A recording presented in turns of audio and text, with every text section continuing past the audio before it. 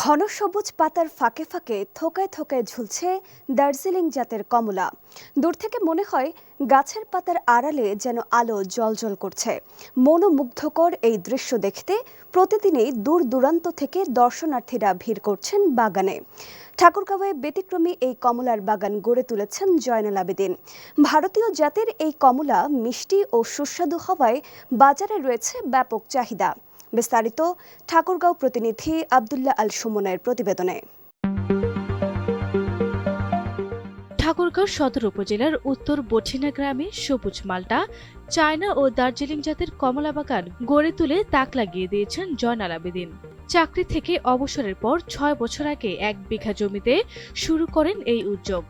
বর্তমানে তার বাগানের পরিধি বেড়ে দাঁড়িয়েছে ৬ বিঘায়। এর মধ্যে ২ বিঘা জমিতে দার্জিলিং জাতের কমলা, ২ বিঘা চায়না জাতের কমলা এবং বাকি ২ বিঘা জমিতে রয়েছে সবুজ রঙের মাল্টা।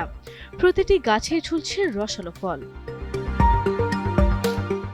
বাগানের মনোরম পরিবেশ আর ফলে ভরা গাছ দেখতে প্রতিদিনই দর্শনার্থীরা আসছেন। কেউ বাগান ঘুরে দেখছেন, কেউ তুলছেন ছবি, আবার কেউ বাগান থেকে কমলা কিনে ফিরছেন বাড়িতে। ফলে সৃষ্টি হয়েছে স্থানীয় মানুষের কর্মসংস্থানও। আমরা জানতাম যে দার্জিলিং ভারতেই শুধু কমলার বাগান হতো, কিন্তু এখন আমাদের ঠাকুরগাঁও জেলাতে অনেক বড় একটি দার্জিলিং ভারতের মতো একটি কমলা বাগান তৈরি হয়েছে। বর্তমানে যেটা উনি করছে এটা রস আছে প্রচুর, মিষ্টিও আছে, খারাপ না।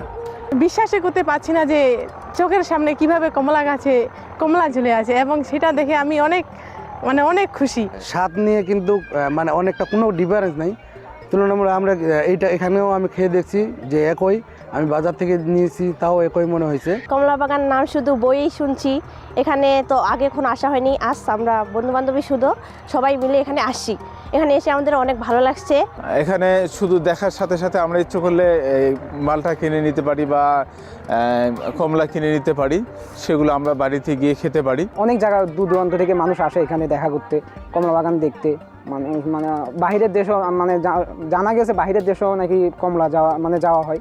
চাকরির পাশাপাশি একটা বাগানের স্বপ্ন ছিল জয়নালের। এক বন্ধুর পরামর্শে কমলা ও মাল্টা বাগান শুরু করেন তিনি। আমি যখন চুয়াডাঙ্গায় চাকরি করি তখন একটা বাগানে যাই, কমলা বাগান দেখতে যাই জীবননগর এলাকায়। দেখে আমি উদ্বুদ্ধ হই। সেখান থেকে আমি ১০০ চারা দিয়ে শুরু করি, আবার ১ বিঘা জায়গা দিয়ে। তারপরে ২ বছর পরে যখন ফল আসে দেখি যে না, অত্যন্ত চমৎকার, সুমিষ্ট এবং কালারফুল। তখন আমি উদ্বুদ্ধ হয়ে আরও ৫ বিঘা জমি আশেপাশে লিজ নেই। আমার বর্তমানে বাগানটা ৬ বিঘা। আমি প্রচুর পরিমাণে দর্শক আসে এখন প্রতিদিন। আরও যদি স্কুল ছুটির পরে দেখা যাবে যে ৩ থেকে ৪ হাজার দর্শক প্রতিদিন আসে। তো আসলে তারা খুব উপভোগ করে নিজ হাতে ফলটা পেরে খায়, অর্গানিক ফল, কোনো ফরমালিন মুক্ত। তারা খুব আনন্দ পায় এবং আমিও এতে খুব আনন্দ পাই যে আমি তাদেরকে একটা অর্গানিক ফল দিতে পারি। আমরা যদি দেশের মাটিতে যদি এইভাবে যদি ফল উৎপাদন করে খেতে পারি তাহলে আমরা হয়তো বা ডলার সাশ্রয় করতে পারবো। এখানকার মাটি কিছুটাও অম্লীয় হওয়ায় কমলা ও মাল্টা চাষের জন্য খুব উপযোগী বলে জানান এই কৃষি কর্মকর্তা। ঠাকুরগাঁও জেলা ফসলের বৈচিত্র্যে ভরপুর এক জেলা। মাঠে যেমন বিভিন্ন ধরনের ফসল আছে, একইভাবে বিভিন্ন ধরনের ফলের বাগান আছে। আম, লিচুর পাশাপাশি ঠাকুরগাঁও জেলায় নতুন ফল কমলা এবং মাল্টা, সাইট্রাস জাতীয় ফল। আমাদের জেলায় ৭৯০টি মাল্টার বাগান আছে, যার জমির পরিমাণ ১২৭.৫ হেক্টর, এবং ৫৩টি কমলার বাগান আছে, যার জমির পরিমাণ ৩৩ হেক্টর। আমাদের কৃষকরা কিন্তু লাভবান হচ্ছে এই ফল দুইটা আবাদ করে। এই কমলা বাগান কিন্তু ৫৩টি কমলা বাগান আমাদের ঠাকুরগাঁও জেলায় আছে। আমাদের জায়গা থেকে সহযোগিতা দেখেন, প্রথম দিকে কিন্তু আমরাই এই বাগানগুলো সৃষ্টি করে দিয়েছি। আমরাই চারা দিয়েছি, তাকে প্রশিক্ষণ দিয়েছি কিভাবে এই যত্ন নেবে, এবং তার বাগানগুলো কিন্তু আমরাই প্রথমে সৃষ্টি করে দিয়েছি।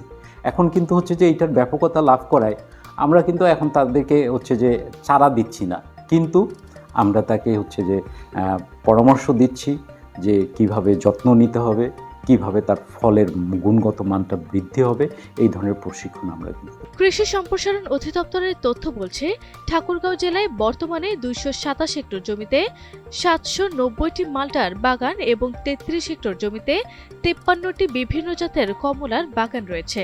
প্রতি বছরই বাড়ছে এসব বাগানের সংখ্যা।